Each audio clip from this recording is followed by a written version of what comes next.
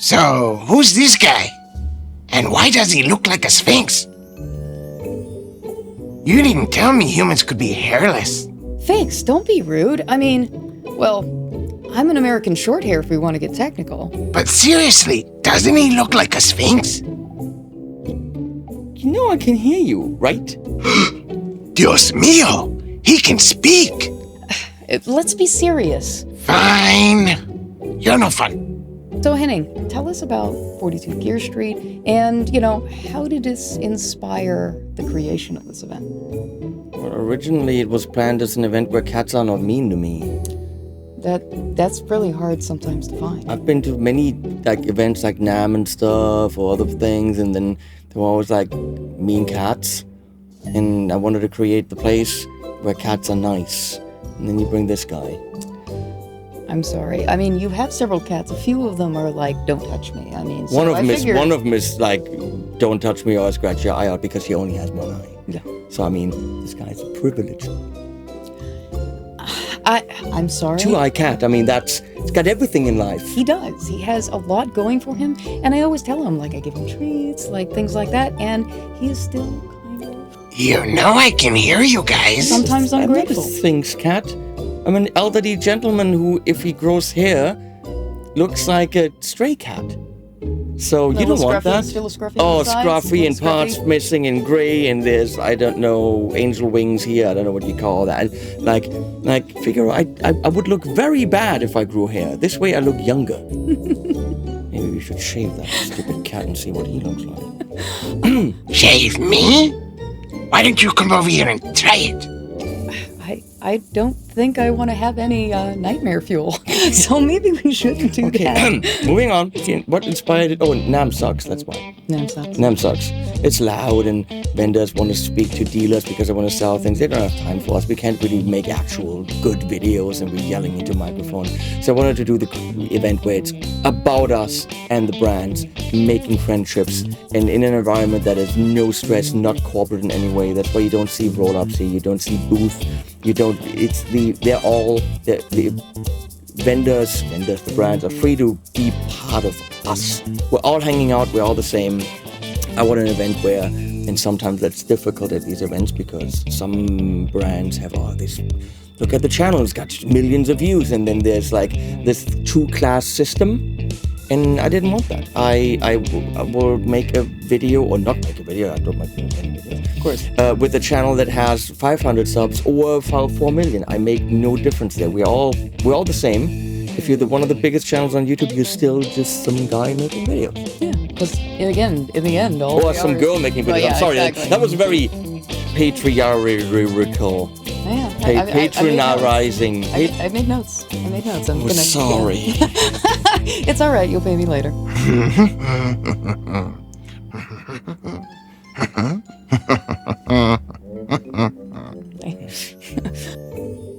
But yeah, I appreciate that you put on this event, and of course, welcoming us here, even though he snuck into my suitcase. And I didn't know until we got here. Yeah, Cat was out of the bag. So I get that. That's humor. It's there. It's always present on this channel. So yeah, I mean, being able to collaborate with other creatives, doing it in such a way where you're pushing your boundaries creatively and finding new ways spontaneously to adjust remotely on the fly has been a new kind of experience, and it's been pretty fun, so cool. I appreciate it. Interesting. Very thought-provoking. But now let's get to the important question. Where are the treats you give your cats? Figs, that's not... Again, that's not part of the interview. Where are the treats? He looks pretty... But I mean... It all goes to his head. Maybe if I had some treats, the friendship would be accelerated. Figs, wait a second. Haha! You can do it! Oh my god, is he doing what I think he's doing? So we got the Multifit Naturel. Oh, yeah. But they look... Quite the selection. They look healthy. They do. Dreamy's mix looks like something Fat Cat's like, so... Well, I mean, it's all in his head, so... Oh, this is... Get away from that. Oh, God. This is... Did he call me fat? Oh, it does smell good. I'm just gonna gently Well, okay. put one over here. I mean, yeah, you can put it and he'll... As far as it being part of the interview, I mean, why is always the treat like a part of this, Figaro? Because science? How? Treat osmosis. Gear Street in its 5th year, and some of the things that you have learned along the way. What is your approach this year and the differences between the previous? First 3 years, I had a small team because no budget.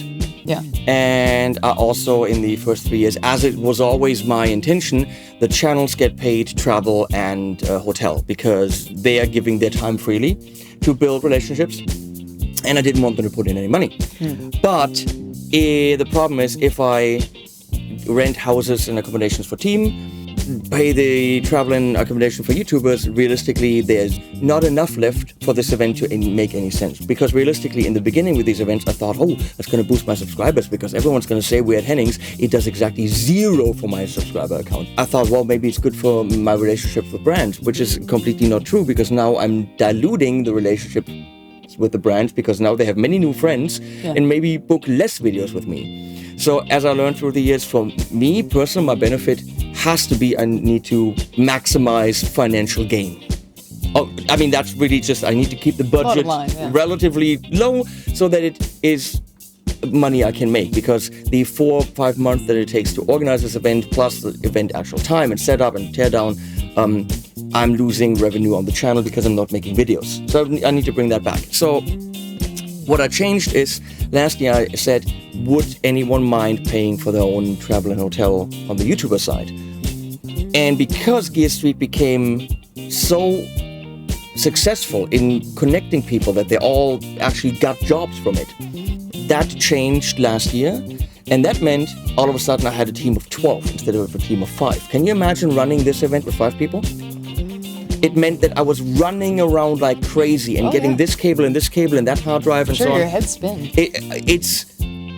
It's impossible. It wasn't as smooth right now. And right now, after I set up in the morning for a special video, I'm in the whirlpool. I'm hanging out. I'm just checking. Yes, I did. I'm I really see you hanging in the whirlpool this time. I'm like relaxing. And if I'm relaxed, it means it's working. It means there's no fires to put out. I've got great people in the rooms. Thank you for helping out. You're welcome. I've got the rooms are working. Capable people, all that I gladly spend the money on that. And the channels are saying, look, this is a killer event. This is the event to be at. And we'll gladly spend the ticket in the cheap hotel. So that's what we changed. Is that when you originally thought of Gear Street for real? Were you just trying to put people in hot tub? No, the hot tub thing, it feels decadent and stupid and over the top. So I bought a $300 blow-up hot tub. Inflatable, yeah. Because I thought it's the round one. And I thought, hey, it's, let's try this. And it was the best thing I ever bought. I was like, oh my God, it's like in the evening after a whole day of shooting or something, you're like, like, do I have to do anything? Do I have to be conscious right now? Oh, wait, I might drown. Yes, I have to be conscious. Oh, Fix, a little tip, by the way, to the stupid cats among us. Okay? He's gonna give you presents somewhere in this house, or he's gonna... Bueno, we will find out who the stupid one is, and it ain't going to be me. Because you're stupid. What exactly would you do to cause that kind of chaos? Now listen, mister. I can assemble an alliance like the Avengers with your cats, and we'll be unstoppable. Like, no YouTubers will get anything done. We would set up a trap that no one could resist. Operation Belly Up. It's a sleight of paw, if you will. Okay, don't do that. It's okay. I wouldn't get anything done. So, wait, what was the question again? Oh, we were in the hot tubs.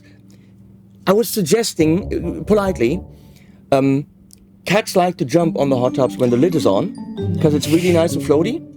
But then when you're in the hot tub, they don't know that the lid isn't on. Oh, no. So the black cat Bagheera, which is the scratchy one anyway. Splish splash, he was taking a She bath. jumped in, and she's the one cat we literally can't pick up. No. So Figs, Try to find out if the lid is on when you jump on a hot tub to lounge on it. Yeah, no, I don't. Oh god, that Just would be saying, such a disaster. it was bad. Scratchy. But so I bought this one and I had it in the backyard. And then Gear Street was around the corner, and I'm like, what am I going to do? Either I close it up and then everyone's going to be like, can we be in the hot tub? You know that was going to come. No, yeah. So to counteract that, I'm like, yeah, we're going to make it part of Gear Street. I bought a bigger one, better one. Of course. And we set up the 2 hot tubs, and it changes the whole vibe. Okay, Mr. Henning. I'm going to ask you a question. What was your first effects pedal? And do you still have it? Let's say 2. 2. One that started at the channel. Okay. I wanted to buy because I wanted to play some country licks. Apparently, you need a compressor. Chicken. What I wanted to do, chickeny picking. Yeah. Not chicken picking, not cat picking. You might make him hungry, so don't talk about food. I already gave him a. I mean, he's very food obsessed. Like We're gonna make friends. yeah. At some point, like you guys are gonna work together, kind of like maybe he'll end up in the hot tub. Who knows? I won't say no. Higuro, do you like? No. Are you a fan of? I mean, he's known to catch a few birds here and there, but Ha, Mr. Funny Man. I'm saying. Okay, MXR Dynacomp. Okay. I bought that, and I had a little bit of money left, and I bought 2 Harley Benton pedals at Thomann, really cheap ones, and they started the channel because I just made videos about them. But I think my very first effects pedal, when I had one of those tiny little horrible beginner amps. okay. I'm going to cube amps. Yeah, the horrible thing was a 7-band Boss EQ. Yeah, that's what I bought. Yeah. When I was like this big. And then basically the last question I was kind of posing to you, if there's anything that you wanted the audience to know about you, creative projects, or anything in general you wanted me to ask you. Oh, I have a course. Hey, Figs, what do you know about songwriting? I know absolutely nothing. But I'm all ears. Bum some money off your roommate, okay? I can use her plastic money card. I never leave home without it. Get the almost but not quite complete guide to songwriting at spectreacademy.net. If you, for some reason, are not very good at the pentatonics and the blues and you don't know what a flat 5 is or a sharp 3 or whatever, and want to know that from a German who didn't grow up in the South and knows nothing about the actual blues and looks like a thing's cat, apparently, then you would get the blues course. There's also a course called pedal tone licks, and guess what you learn there? What? Pedal tone licks. Okay. And when you buy any of these with your roommate's money, I can eat. The songwriting course is actually really good. It's 52 hours long. Where did you find the time to film? Worked on it for a year with my friend Rafael, who is Spanish. Where's Fix from? Their accent's pretty thick. They call me Mr. Worldwide. Okay, no comment. When you were going into making these courses, what kind of goal or creative goal you had in mind for your viewers? Songwriting is... People think it's like this inspiration thing and I can only write when I'm inspired. And that's absolute utter bullshit. It's a craft. The bricklayer is not getting out in the morning, I can't do that wall because I'm not inspired. He's got the tools, he's got the knowledge and experience to know what to do to build the wall. And that's exactly the same thing with songwriting. You might not be inspired lyrically or because, Save the Whales, not my thing today, I'm not writing a song. Maybe you pick up a guitar and you play a wrong chord and you're like, whoa, this is whoa. Yeah. If that's not inspiring you, pick up a ukulele. If that's not inspiring you, keyboard. Smash your hands down, see what happens. Put up a drum groove from some library and start jamming to it. There's never a reason not to be able to write. And giving you the tools to systematically find inspiration, and then whatever that inspiration was, build on it. I have these 2 chords that sound good, but how do I get to the next part? Well, what's the next part? Well, we start in a D minor. Have you tried an A7, one A major? Why? Well, because it's the dominant and that will pull you there. And that's what we call a secondary dominant. that not being able to use that literally means you don't know enough. And recognizing what key am I in, what are the extra cool chords that you could use, what are chords that I could borrow from another key. That's called modal interchange, and that's where cool shit happens. A lot of cool shit happens by just playing around or trying to do something Dave Grohl did. It's all good. Fuck around and find out. But on the next song, where you want a certain feel, having knowledge gets you right into there. There are bands who spend 2 weeks in a studio to come up with one song. That's playing around till the magic happens. Other bands can do that in 3 hours because they know exactly where to go. And also to communicate with each other to nail things quicker versus miscommunication, and then nobody can work together. My music synthesis teacher, Tom Ray, he actually wrote the manual for the Minimoog. He said a professional in any field, think about this, is someone who can predict the near future. And when you can do that, you can write just as inspiring and personal and meaningful music as when you're just fiddling around till it happens organically. I mean, it's kind of swaying me in a sense because, you know, cats really can't sing very well. They're more like howl. So, I mean, maybe he could take the course. Come on, you guys gotta find a way of making a truce here. But maybe there's such a way in which you can get him to like, because every time I have to go direct, obviously when I play and record music, because he becomes, I guess, a not so great version of Freddie Mercury in a sense. And I don't want Easter egg meows, you know, obviously in my recording.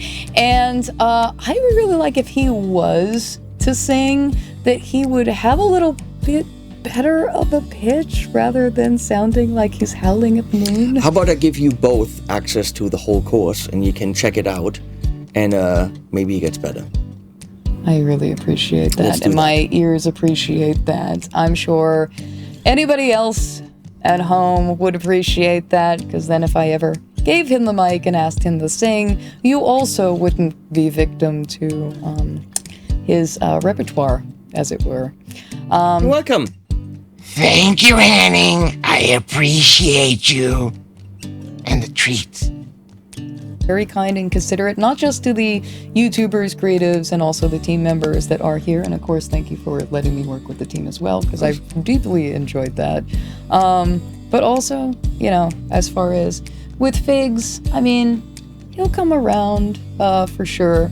But in the meantime, I think we're probably going to have a conversation about etiquette. But other than that, I appreciate you being here with us and today. Anytime. And just, you know, having a conversation about what kind of went into Gear Street, where it came from, and also about ways in which writing with music and to get better, obviously, at the things you can do creatively in a way that may navigate to possibilities that you otherwise may have not been able to before. So until the next time we meet, be excellent to each other and be the good you wish to see in the world. Be seeing you. Thank you for joining us today. Oh, and this guy. And until next time, hasta luego, my friends. A big thank you to the sponsors that made this year's 42 Gear Street 5 possible. It would have not been the event it was without you. Also, though, if you're new to this channel, allow me to tell you some details about it and how you can help it grow. Subscribing to the channel is one great way to help, as well as sharing it with your friends and laughing together watching the animated silliness we get into while exploring effects pedals and creating original music with the house band. A monetary way you can support the channel is through Sweetwater affiliate links, as well as Patreon. So thank you, honestly, from the bottom of my heart. I would not have gotten this far without your encouragement and support. So, until the next time we meet, be the good you wish to see in the world, be excellent to each other, and be seeing you.